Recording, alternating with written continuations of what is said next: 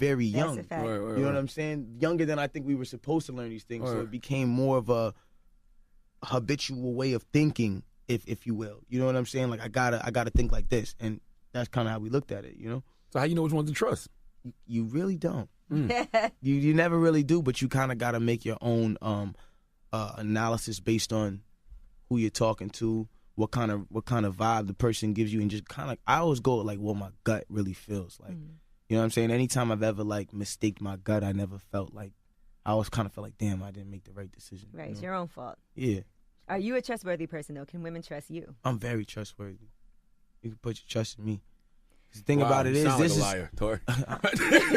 I ain't gonna lie. That does sound like some lies. Nah, but I'm gonna be. Sound like he just but got I'm caught. gonna keep it G. Sound like he just got caught doing But I'm gonna something. keep it G. This is the only reason why I'm saying you can put your trust in me, because I'm a very blunt person. I knew you was gonna say that. Word, like I'm so honest to the fact that it's like, so you're either gonna like me or you're just like not gonna rock with it. But most of the time, like I've realized in my life, when I'm honest, like girls just appreciate it more. Like even if I tell them the wildest shit, like I did the wildest shit, they kind of look at it more so like, oh, well. What's the wildest shit to you? Well, we're not gonna say it. I'm been just through some curious wild when things. you say the I'm just saying, like you can't go home to certain girls and tell them, yo, the other week I fucked this joint and da da da. You can't tell girls certain things like that. But me, I'm not gonna lie. Like if a girl asks me, yo, what's the situation was, what da da da, unless it's like, you know, I don't ever say no names or nothing like that. But I'll tell you, like, if I did something, like I did it, like I'm gonna be bold faced with it. I'm not gonna sit here and hide behind. Not my mother. Because usually when a woman asks you something, she already knows the answer too. And that's the thing. Like I don't like I've learned early. Like I don't like getting caught in lies. I just look stupid and I feel stupid. Like I don't like feeling stupid. Like, you know. And women appreciate that for some reason. They appreciate when we you appreciate honesty for some reason. Yeah. No. But see, the thing about it is, That's weird. But you know why? But see, as cliche as that sounds, the thing about it is, it's like I feel like men, we don't really appreciate the honesty. Like y'all appreciate. I want to know, but I want to know because I found out like on some like either you just told me like straight up plain from the get go, which never really happens. But when I find out something on my own, I'm like, okay, I know. But like when it's just the whole going through something and then not knowing, and then you find out after and everybody else knew, and you're just like, you got the Kevin Hart face on, and you just like, damn, like I got like that's the only thing that's, you know. Now, you mentioned Charlamagne in the song. Benevolent on the album. We talked about that because he did give you Donkey of the Day. Gave me Donkey of the Day. And you went right back and did the same thing you got Donkey for. Well, listen, he addresses spending $35,000 in the Gucci store. You said that they were being racist towards you, so you spent the money. But then on the song, you said you went back the very next day and did it again. Why would you spend your money with a racist? First and foremost, can we bring the situation back into full motion, okay? This is what happened. I had a budget for wardrobe for a video. Now, I don't know about every other artist, but with the good old friends that I have at the Interscope building and the great manager that I have, we make sure that we do everything with proper accounting. So when I spend money, I get reimbursed. You get what I'm saying? Because these are budgets for real things. So if they give me a budget to say it's $30,000 or it's whatever the case is for wardrobe, I'm gonna spend the budget on wardrobe. But it's still your money. But why not with the racist? Right? But it's budgeted for that. At the end of the day, it's put here so I can make it the best that I can make it. I can make it all it can be. So at the end of the day, look, boom, I walk into the store, okay, and we go into the store and there's a guy there, white guy, old, probably in his 40s, whatever.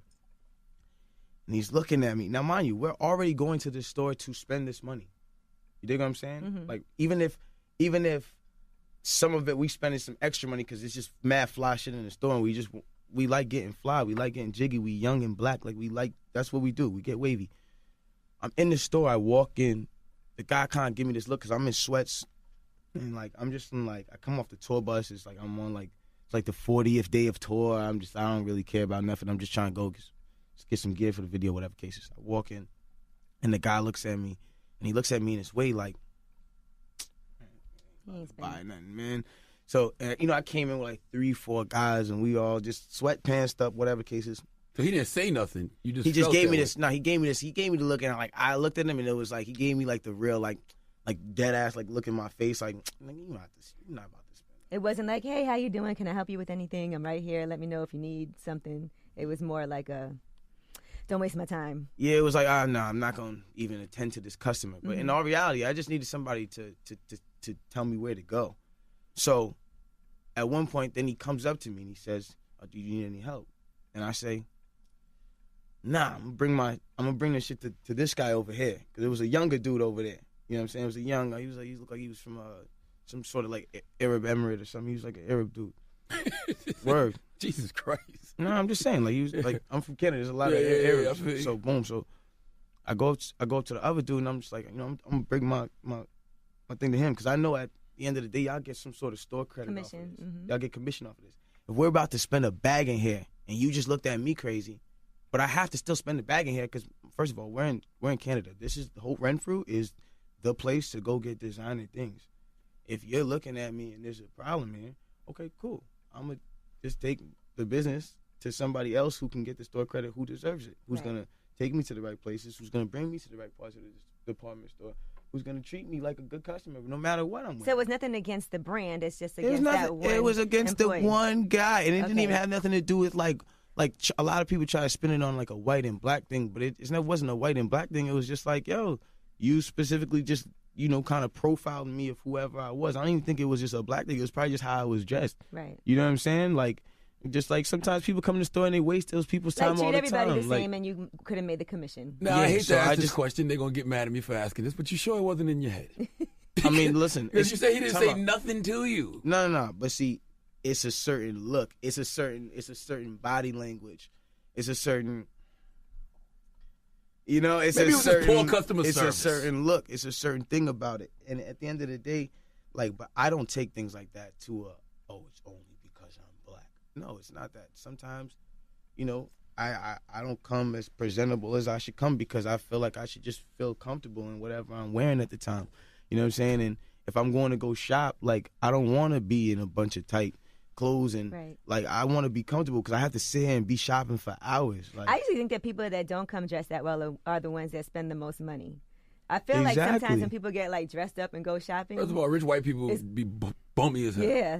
I just feel like at the end of the day, you're liable to wear whatever you want. You're supposed to feel comfortable. But anyways, back to my point. My point is just that was my whole situation with that. It wasn't that I was not going to spend the money. And the thing about it is I did spend some of my own money. I'm not going to say and be like Interscope gave me the whole 30 bands. Nah, I spent a lot of my own money as well. But at the same time, I was going there to spend the money. I don't have a stylist. I dress myself. Mm-hmm. Every time you see me, I dress myself. I don't have. So were you mad when you got Donkey the day? Because a lot of people get upset about it. Nah, I don't get upset about it. I love Charlamagne. I love his view on things. So at the end of the day, I was just like, you know what? I'm going to talk about this in a song, and then they're going to refer this line back when I get in the interview, and I'm going to explain I played it this morning. Yeah. But the thing is, too, though, okay, the guy was... Calculate things like that. I'm a little different, because I would have took it out on the whole store. If the dude was a dickhead, ain't none of them getting my money. Yeah, but if somebody else is nice to you that works there... I get it. Then... Charlamagne, take it in. You have an obligation, Charlamagne, that you have to do. If you have a video shoot that is going to allot you to making more money in the future, this guy's attitude is not important enough for you to not shop at the only store that sells what you want to get for this video that's going to allot you more money. He knew what he wanted. I am a businessman, and when it comes to more money, I'm trying to get more money. Period, point blank. No permanent friends or enemies in business. I get it. You know what I'm saying? Yeah. That's all it is. At the end of the day, I'll probably go back to the store, and maybe I'll see the same guy and not even remember the situation. Mm-hmm. Just in the moment, I had to get him. How did this turn into such a big deal? You know what I'm saying? No black-owned stores in Toronto with fly clothes? There is, but I wasn't in Toronto. I was in Vancouver, and I'm sure there's black-owned stores out there too. But I wanted to shop at Holt Renfrew. Let's make this one thing clear. I love Holt Renfrew. I've been shopping there for years. Mm-hmm. Okay. I like what I like. I like what I like. And I wanted to dress a certain way for the video that I was doing. Let's address something else. Last time you was here, I said that I don't think you have your own sound, but over time, I saw, I even heard you say on the new album, you say a lot of rap and R&B niggas popped off your sound. And then I saw somebody say something to you about sounding like Travis Scott, and you was like, how can I sound like somebody I write for? You know, so is that why you think people think you don't have your own sound because you write for so many people, so you share your wave? I think that earlier in my earlier parts of my career, when I was just the hook guy and I was behind the scenes and I was giving everybody the records, I feel like there was just a lot of innovative sounds that I created, and I put in place of people, and it's like they ran with it. So we heard them first, and then we heard them first because they had more clout than me. And the thing about it was because I was so good at writing these songs, when they pop with these sounds, it's like you're popping with my sound. I'll feed it to you because I need the bread. I'll feed it to you, though. You know what I'm saying? Like, I give you all the hooks in the lane. I'll write all your songs in the lane. I'll write, you know, I'm not talking about Travis Scott. And that's another thing, like, the reason why I said that whole, like, I can't sound like anybody I wrote for is because there's a lot of people that in that time, remember, you was like, yo, you sound like this guy and the third guy, whatever the case is, but you was just saying, like, you know, I sound like a list of people, whatever the case is. And I was just like, Bryson Tiller. But just a lot of people. And I felt like it was one of those situations where it's like, I kind of, you remember, I've been doing this like before I had heard of these people. Not to say anything is wrong with anybody or whatever the case is, but a lot of these people that people were mentioning at the time, and not even just you, but just a lot of people were mentioning, it was like, yo, I wrote mad records for this. This guy sound like me because I wrote it. Now, see, I didn't know that, and I like, understand. You know what I'm saying? That. Like, you and I'm talking about, like, you know what I'm saying? Like, I'm not a credit whore. I don't need it. I don't need, like. Do artists get upset if you say that you wrote for them? Because sometimes people don't really I mean, because the thing about about it is like this, like for instance, like me and Travis' situation is a little bit different. With him, there was a record that had got done by I guess it was like a T.I. record for T.I.'s mixtape at one point. It was T.I., Meek, and Travis, and it was a record that somebody had given to me. I mean, like a beat that somebody had given to me, and I had did the hook for, and somehow, some way, it got to I guess to Meek and T.I., and they put Travis on the hook. I don't even think, like, looking at it now and like knowing the situation, knowing from Travis's standpoint, I don't even think he wanted to sing the hook, and I didn't even know that in the time. But I remember he sung the hook, so I looked at it like, yo, man, you sung my record. I wrote it. I don't care what you talking about. Like, I wrote it, nigga. Like, so they looked at it like it was a reference track. And then he just took the hook that you did and redid it, but didn't even look at it. But he was just like, I was just doing a favor for them. Right. Like, I didn't, like, bro, I write all my own shit. Like, you know that, Tori. And I was like, I had to agree with him. Like, he does write all his own shit. You know what I'm saying? And so, like, when we got over that standpoint and talking about that situation, it's like, I get it from that.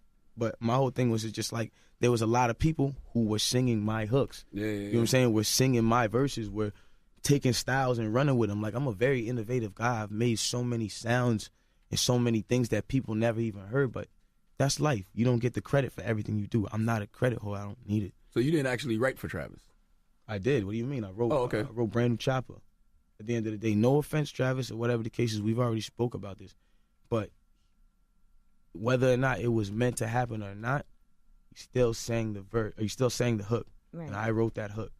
Regardless, and it came out in the world, and it's a song with Meek Mill and T.I. And you have your writing credit on it. No, it was on a mixtape. Oh, okay. That's interesting though, because same thing happened to Travis. Travis used to write for a lot of people, and everybody sounded like. And that's why when me and Travis actually spoke, and he was like, "Bro, I never even wanted to do the song. I just did it as like we were at the studio, and I was just trying to help my dog out. Like if I could go back to the time, I would have never done it. And I had to feel him. Like at the end of the day, like." I feel you because I'm a writer too, and I feel that same way sometimes. Like, I help people with certain things, but me, like, I take a standpoint on I'm not singing another nigga's song. That's like wearing another nigga's drawers. I'm not doing it.